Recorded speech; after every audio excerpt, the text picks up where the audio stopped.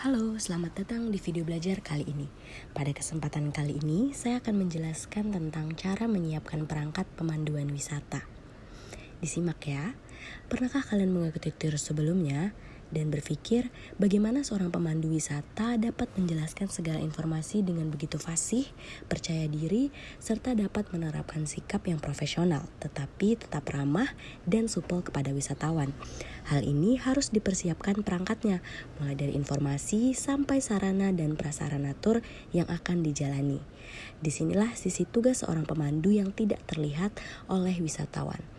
Maka, pada bab ini akan dijelaskan bagaimana seorang pemandu mempersiapkan perangkat pemanduan wisata. Yang pertama, sumber bahan informasi pemanduan wisata. Keberhasilan pemanduan dipengaruhi oleh sejauh mana persiapan yang dilakukan oleh seorang pemandu pada mengumpulkan data atau isu agar persiapan yang dilakukan benar-benar akurat serta dapat dipercaya. Terdapat beberapa hal yang harus diperhatikan, yaitu jangan sekali-sekali berbohong walaupun maksudnya ingin memuaskan wisatawan. Jika ternyata di antara wisatawan terdapat yang mengetahui secara pasti serta benar, akan dapat menjerumuskan kita sendiri sebagai seorang pramuwisata. Nah, ada beberapa cara untuk mendapatkan informasi. Seperti yang pertama, sumber bahan informasi melalui pelaku sejarah. Informasi yang didapatkan dari pelaku sejarah dapat menjadi bahan pemanduan wisata untuk para wisatawan. Tidak jarang para pelaku sejarah ini memiliki cerita yang melegenda di kalangan masyarakat sekitar. Menjadikan informasi ini harus dikulik lebih dalam dari orang terdekat pelaku sejarah tersebut karena karakter atau cerita yang sangat khas menjadikan informasi ini menarik untuk ditelusuri dan dikemas dengan baik, menghargai jasa para pelaku sejarah suatu daerah. Sebagai pelaku sejarah tidak dapat hanya ditelusuri lewat kerabat terdekat saja, melainkan tokoh masyarakat, akademisi, wartawan, dan lain-lain.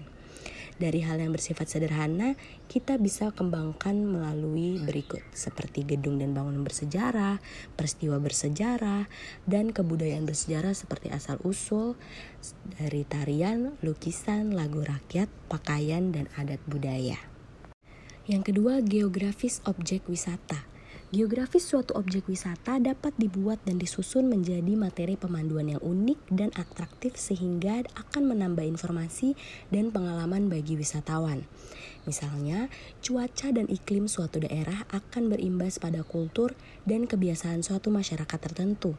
Cuaca dan iklim tidak hanya kemarau dan hujan saja yang bisa kita ceritakan, namun bisa kita kembangkan dan hubungkan dengan persiapan dan apa yang akan diperbuat penduduk setempat dalam keadaan tersebut.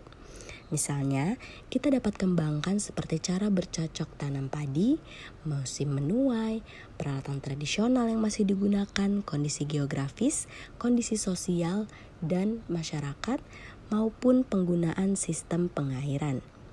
Untuk kondisi geografis bisa dikembangkan sebagai berikut. Yang pertama, pemandangan alam seperti lautan, pegunungan, sungai. Jelaskan tentang berapa kedalaman, ketinggian, apa fungsi untuk penduduk dan keistimewaan lainnya.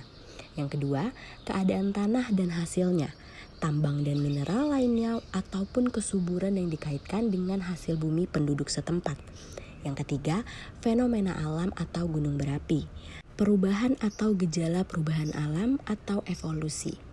Yang keempat, flora dan fauna yang khas di daerah tersebut dan pemanfaatannya. Yang terakhir dan tidak kalah penting adalah sosiodemografi masyarakat setempat. Yang ketiga, potensi dan atraksi wisata. Potensi dan atraksi wisata yang ada di daerah tertentu merupakan salah satu potensi yang menarik minat wisatawan untuk berkunjung dan singgah ke suatu daerah.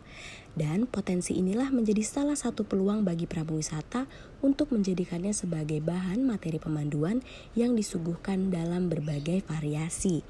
Adapun materi, potensi, dan atraksi wisata yang bisa dikembangkan melalui beberapa hal sebagai berikut. Yang pertama, taman, kebun binatang, kebun raya, dan bangunan seperti teater yang terbesar, jembatan, atau jalan terpanjang, dan lain-lain. Yang kedua, daerah yang terkenal seperti Chinatown, Taman Mini, berikan informasi tentang mengapa dibangun, kapan, siapa yang membangun, dan untuk tujuan apa. Yang ketiga, pabrik-pabrik terkenal dan institut serta lembaga terkenal. Yang keempat, kebudayaan yang berlaku dalam suatu kota. Yang kelima, kesenian dan tradisi. Sebagai seorang pemandu wisata, ada beberapa perangkat yang harus kita persiapkan dalam memandu wisata. Yang pertama, peta. Peta adalah sebuah alat untuk menunjukkan arah yang harus dimiliki seorang pemandu wisata, baik dalam bentuk fisik maupun digital.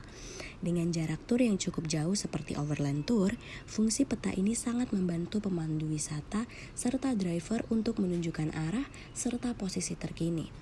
Peta juga dapat menunjukkan tempat-tempat penting seperti hotel, restoran, destinasi wisata, serta fasilitas lainnya. Yang kedua, kamus. Kamus akan memudahkan seorang pemandu dalam menguasai kosakata bahasa asing. Meskipun tidak setiap saat dapat membuka kamus, sesekali seorang pemandu bisa memeriksa apabila mendapati sebuah frase atau kata baru yang belum diketahui. Penggunaan kamus elektronik atau digital berupa talking dictionary sangat disarankan karena kamus tersebut dapat memberi contoh ejaan serta pelafalannya. Yang ketiga, foto. Foto bisa menjadi alat kerja yang sangat membantu, terutama ketika seorang pemandu sedang menjelaskan tentang suatu keadaan dari objek wisata. Foto-foto yang menggambarkan tentang berbagai kesenian dan kebudayaan juga patut untuk ditunjukkan kepada wisatawan.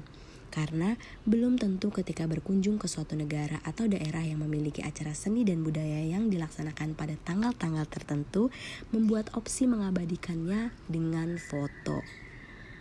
Yang keempat, jadwal penerbangan. Jadwal penerbangan dari berbagai bandara baik yang internasional maupun domestik sebaiknya dimiliki oleh seorang pemandu wisata. Hal ini akan sangat berguna bagi pemandu wisata untuk mengetahui kapan ia akan menjemput dan mengantarkan tamunya. Yang kelima, buku panduan wisata. Terkadang wisatawan akan menanyakan hal-hal atau beberapa tempat yang tidak ada dalam rencana atau jadwal perjalanan. Maka, perlu bagi seorang pemandu mempelajari dan menyiapkan guidebook agar ia dapat memberikan pengetahuan baru kepada wisatawan yang dipandunya. Atau untuk zaman sekarang, dapat juga dengan mengetahui berbagai aplikasi yang dapat memberikan informasi tersebut atau tentang pertanyaan wisatawan. Yang terakhir, jadwal perjalanan. Seorang pemandu wisata harus memiliki rencana atau jadwal perjalanan, terutama apabila yang dilalui panjang dan padat seperti Jawa Bali Overland.